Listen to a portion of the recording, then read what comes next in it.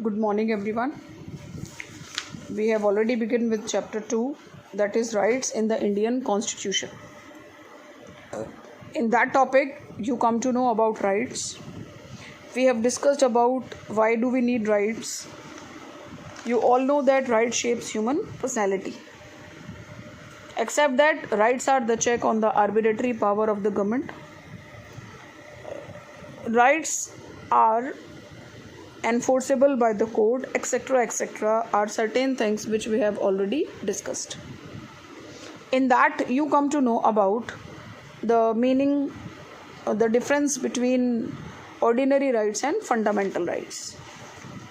The basic difference between ordinary right and fundamental right are that ordinary right are not enforceable by the court, while fundamental rights can be enforceable by the court.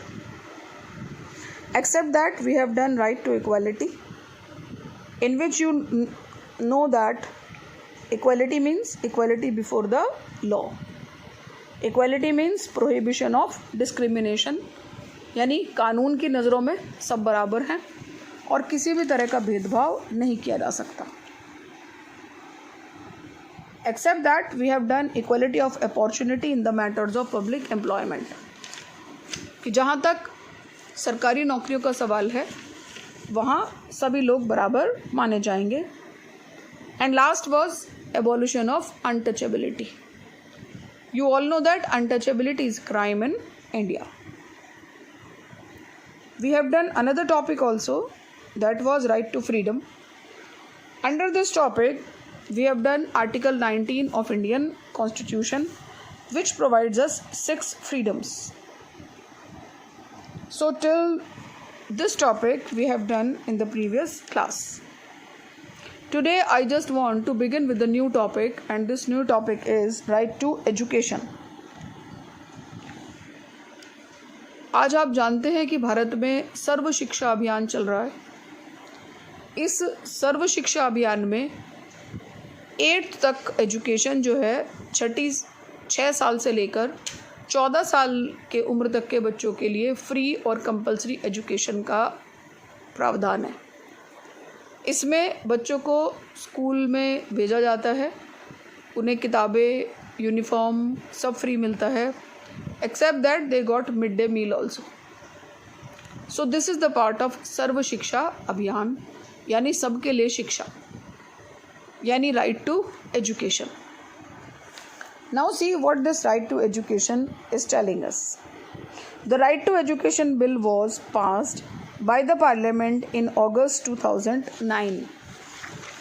It seeks to provide free and compulsory education to the children from the age of 6 to 14 years.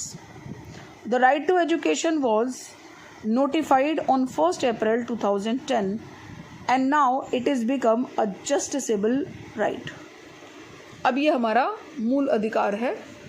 अगर किसी बच्चे को शिक्षा से वंचित किया जाता है तो उसके लिए कानूनी प्रावधान हैं.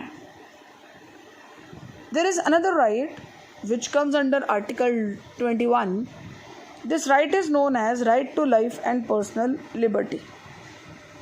Article 21 declares that no person shall be deprived of his right to life or personal liberty except according to the procedure established by the law. अब आप सोच रहे होंगे कि सबको राइट टू लाइफ और लिबर्टी है तो इतने सारे लोग जेलों में क्या कर रहे हैं. Except the procedure decided by the law, यानी कानून ने जो व्यवस्था डिसाइड की है उसके अलावा किसी भी व्यक्ति को बंदी नहीं बनाया जा सकता. The fact the expression personal liberty comprises all those freedom which are not included in Article 19.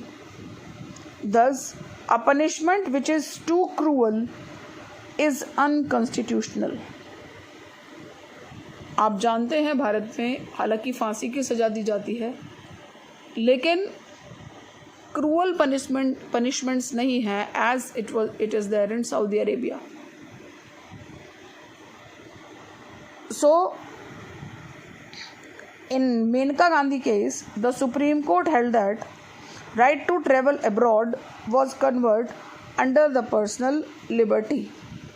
In Article 21, Supreme Court ruled that the right to life included the positive right of minimum nutrition, clothing, shelter, because no person could live without the basic necessities of the life. यानी जो लोग किसी भी crime में हों, अगर आप कसाब का एग्ज़ाम्पल लें जो 26/11 से जुड़ा हुआ था, तो उस समय भी ये बात सही थी कि उसको प्रॉपर खाना दिया जाता था, शेल्टर दिया गया था, और इन केस अगर कोई कैदी बीमार होता है या चाहे उसे डेथ सेंटेंस ही क्यों ना होने वाली हो, पहले उसका प्रॉपर हेल्थ चेकअप होता है. The person should be free from any disease, वो किसी बीमारी से ना मरे. सो ये सब चीज़ें शामिल की जाती हैं in the right to life and personal liberty. Right of a person arrested under ordinary circumstances. अगर किसी व्यक्ति को किसी हालात में जेल में बंद भी किया जाता है तो भी उसके पास कुछ अधिकार होते हैं. Now see what these rights are. Constitution confers 3 rights upon a person arrested under the ordinary circumstances.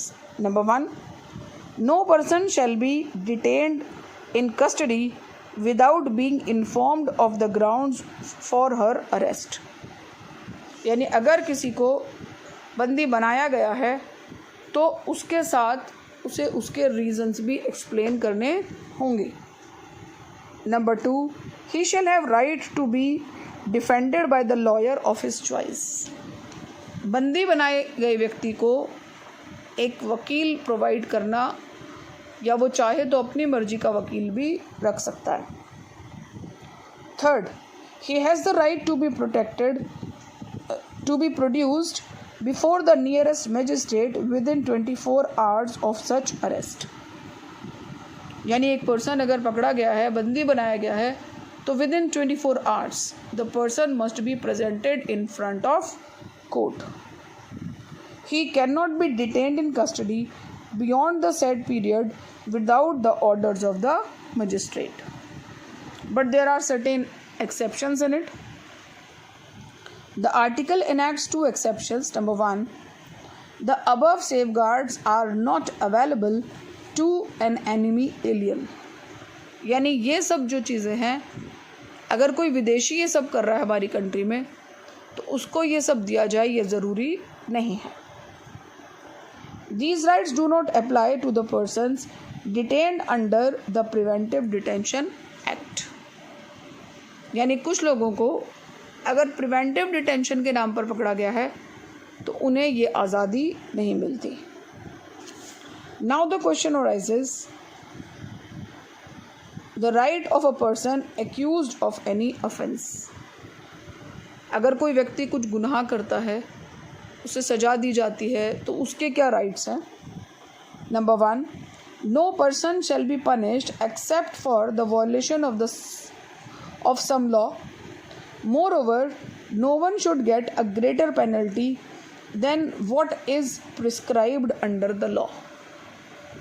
यानी जिस व्यक्ति ने जिस दिन जो गुनाह किया है, उस दिन जो उस देश का कानून कहता था, उससे ज़्यादा उसे कोई पनिशमेंट नहीं दी जा सकती. अगर उसके ट्रायल के दौरान पनिशमेंट चेंज हुई हैं, रूल्स चेंज हुए हैं, तब भी उसे पुराने रूल्स के हिसाब से ही पनिश किया जाएगा. No person shall be prosecuted and punished for the same offence more than once. एक सिंपल सी भाषा में कहें तो एक मर्डर के लिए भी फांसी है और 4 मर्डर के लिए भी, या उससे ज़्यादा के लिए भी. यानी एक व्यक्ति को एक क्राइम के लिए एक ही बार सज़ा दी जा सकती है. अगर उसने सेम क्राइम किया तो भी उसकी वही सज़ा होती है. No person accused of any offense shall be compelled to be a witness against himself. और किसी को भी उसके खुद के अगेंस्ट गवाही देने के लिए बाध्य नहीं किया जा सकता. The compulsion in this article means that what in law is called duress. Duress is injury, beating, or any other kind of pressure that is used to make someone do something what he doesn't want to do. Dear students, you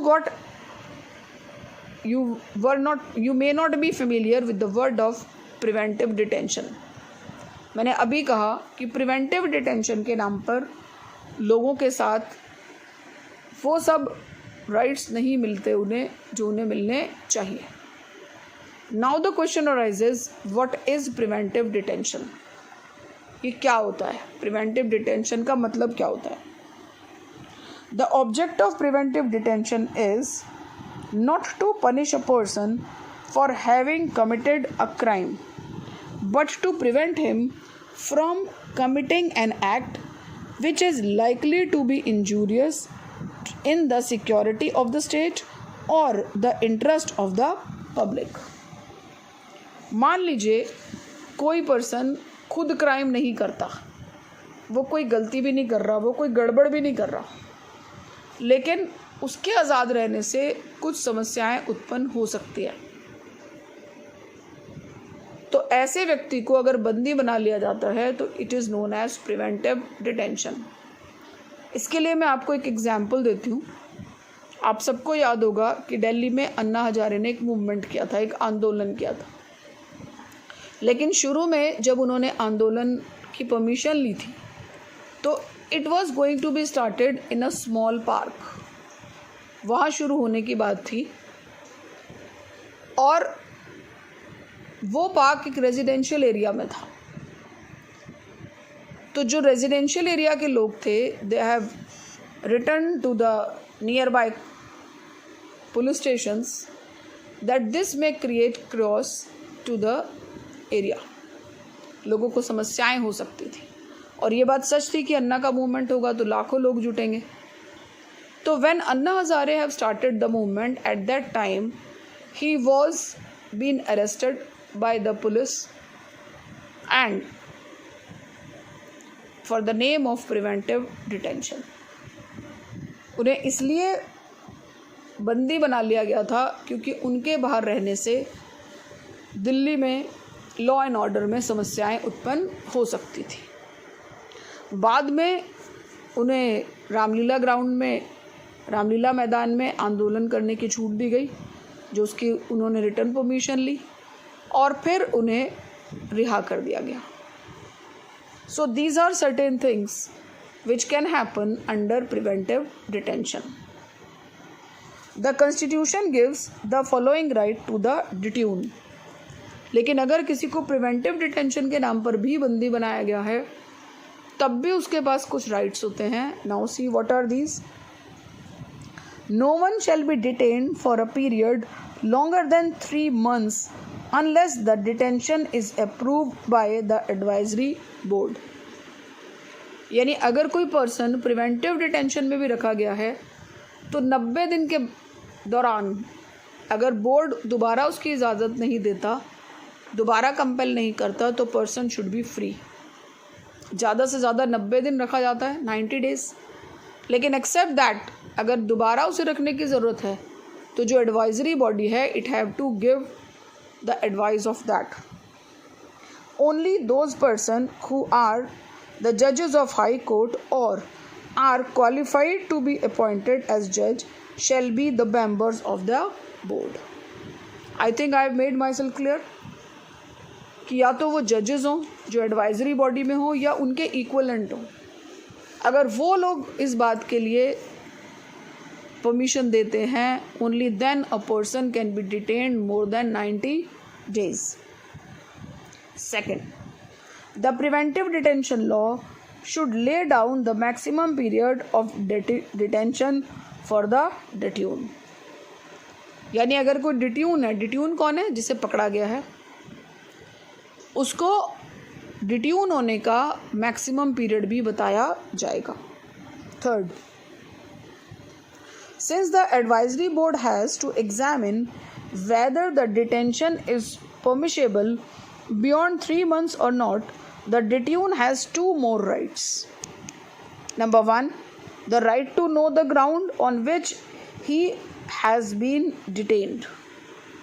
यानी यहाँ पर भी उसके पास ये अधिकार होता है कि उसे बताया जाए कि उसे क्यों पकड़ा गया.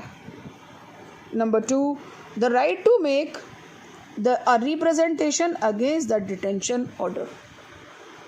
And here also, he has the right to present his lawyer in front of court. Court ये पता करेगा, वो लॉयर ये पता करेगा कि कोर्ट क्या इसके लिए परमिशन दे रहा है, कितने समय के लिए है, एंड जो रीजंस हैं क्या वो एक्चुअली ठीक है या नहीं. प्रिवेंटिव डिटेंशन में सीम necessary to deal with the person who may tamper with the public order or with security and defense of the state. But such a power in the hands of the government is open to abuse.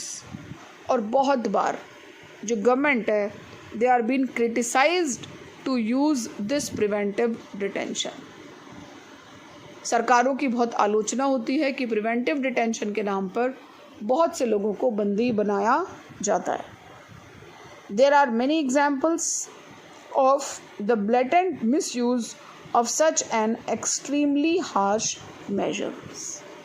So dear students, this is the thing, this preventive detention must be clear to you. Today you come to know about two rights, right to education, second, right to life and personal liberty, and third, preventive detention. ये तीनों topic जो हैं बिल्कुल आराम से ध्यान से सुन लीजिएगा. Read from your book and do 3 questions on the same topic. Question number 1 is explain right to education given in the Indian constitution. Question number 2,